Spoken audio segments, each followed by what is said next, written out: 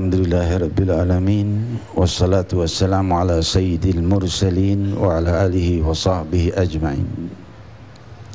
Saudara-saudariku yang kumuliakan, kita lanjutkan. Selanjutnya zakat dan sedekah yang layak kita tunaikan. Kita melanjutkan lagi dan merenungkan bagaimana pemecahan masing-masing diri, merenungkan masing-masing punya kemampuan. Ada lurah, ada RT, ada RW, ada masyarakat biasa, ada pemerintah, ada pengusaha dan lain sebagainya. Coba para pemirsa sekalian merenungkan, bantu renungi harus bagaimana, apa yang bisa kita berbuat. Barangkali dia punya kemampuan, saya mampu menyalurkan deh, saya tahu tuh yang miskin si anu. Tapi orang pada nggak tahu. Nih saya tahu tuh yang mau nyumbang banyak, si anu orangnya tuh, orang suka nyumbang. Tapi dia nggak tahu mau kemana, nggak nyarinya. Saya kasih tahu. Nih Pak, tuh orangnya rumahnya di situ, orangnya susah, tuh dia, bantu dia. Nah, nyambungkan seperti itu. Ini kan bukan calok zakat ya. Calok zakat untuk sedekah, maksudnya untuk mendapatkan pahala, jangan ngambil komisi. Saudara-saudariku yang kemuliaan, tapi amilin ada haknya tuh ya, amil zakat ya, orang yang mengorbankan waktunya untuk membagikan zakat itu mempunyai hak zakat juga, dapat bagian juga zakat. Saudara-saudariku yang kemuliaan, kita lanjutkan. Cuman sebagian ini sekarang sebelum sampai ke fuqara dan masakin, amil udah ngambil duluan. Ulah gitu kalau bahasa Inggrisnya. Ya, udah belum fuqara duluin, kesian. Baru masakin, orang-orang fuqara, orang miskin udah dulu kebagian semua, baru kita. Itu maksudnya yang mengurus zakat gitu. Karena kan mampu gitu. Tapi jangan sebagian ambil dulu, fuqara gak kebagian, yang lapar fuqara fakir ambil yang udah mencukupi keluasan, udah kenyang siang malam, malah numpuk zakat di rumahnya. Saudara-saudariku yang kemuliakan, diriwayatkan di dalam Sahih Bukhari bahwa di masa Rasul sallallahu alaihi wasallam, tapi beda ini kejadiannya, cemburu. Ketika Nabi SAW membagi-bagikan hadiah, Nabi SAW memberikan kepada muhajirin. Siapa muhajirin? Muhajirin itu orang-orang yang pindah dan meninggalkan Mekah, meninggalkan rumahnya dari Mekah, ke kampung halamannya ditinggalin, dia pindah ke Madinah. Ngikut Nabi, nggak punya rumah, nggak punya apa. Mereka itu numpang saja sama saudara-saudaranya, saudara-saudara Muslim maksudnya sama orang-orang Muslim yang di Madinah. Jadi Nabi cuma ngasih ke kaum muhajirin, kaum Ansor nggak dikasih. Siapa Ansor? Ansor itu penduduk Madinah yang nerima Nabi SAW. Itu Ansor disebutnya. Ada muhajirin, ada Ansor. Nah ini muhajirin yang datang, Ansor yang didatangi.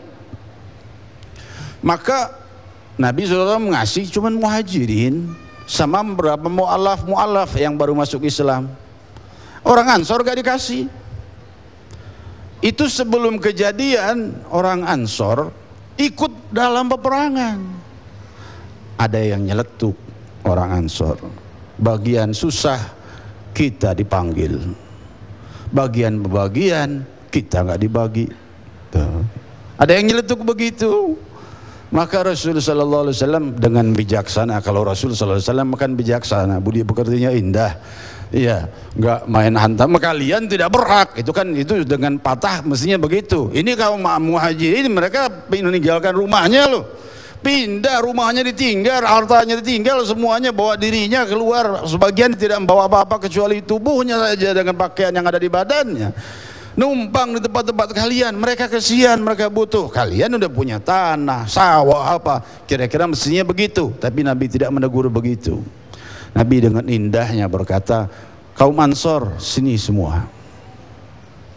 Aku mendengar ada disampaikan oleh Jibril bisikan seperti ini, bahwa kalau seandainya orang-orang Ansor dalam kesusahan dipanggil oleh Rasulullah sallallahu alaihi wasallam, kalau bagian pembagian orang Ansor nggak dikasih, wahai kaum Ansor, kuberikan harta kepada kaum Muhajirin, kuberikan diriku untuk kalian.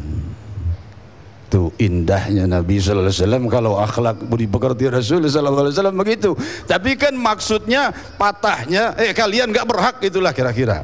Yang berhak bukan kalian, yang berhak itu, kira-kira begitu. Cuma cara tegurannya Nabi yang demikian indah budi pekertinya Rasul, ku berikan harta kepada Muhajirin, ku berikan diriku untuk kalian.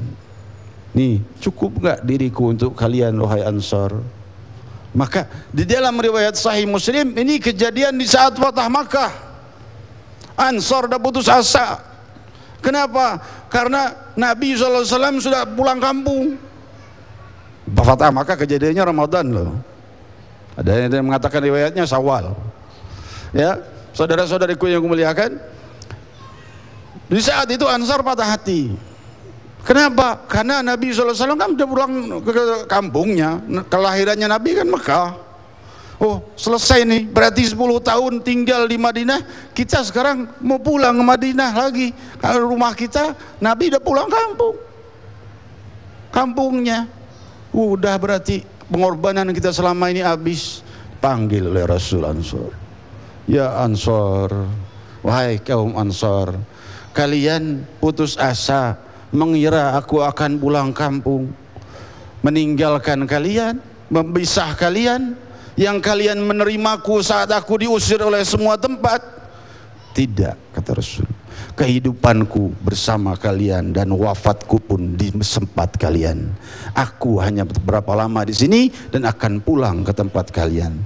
Biarkan harta untuk Muhajirin dan diriku untuk kalian wahai kaum Ansar.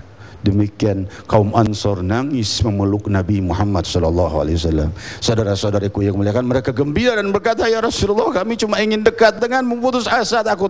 Tuh cara indahnya pembagian. Saudara-saudariku, silahkan Ustaz Agung. Subhanallah, sebuah pelajaran yang sangat menarik sekali yang dapat kita petik dari apa yang telah disampaikan tadi, peristiwa Ansor dan Muhajirin. Ini sekaligus juga sebuah peringatan bagi kita, para penyelenggara zakat sekaligus para pembagi zakat. Artinya jangan sampai salah, siapakah yang sesungguhnya lebih berhak menerima dan berapa besar mereka lebih berhak menerima. Berhati-hatilah dan selalu kita mempelajari apa yang telah dilakukan oleh Rasulullah, kemudian contoh-contoh dari para sahabat. Banyak sekali kisah-kisah yang memberikan kita hikmah agar dalam hal-hal selanjutnya atau langkah-langkah selanjutnya kita tidak akan melakukan kesalahan-kesalahan kembali. Pemirsa, kita masih punya 2 segmen lagi yang akan membahas nanti masalah-masalah zakat, kemudian juga ada doa di akhir acara nanti.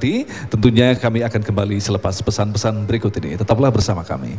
Habibi qadruh ladal maula wasi'un rahim lahul wajahat fi yawmil liqa'il asib walirrusuli ajma'in fil yawmi dhakal khatib syamsul huda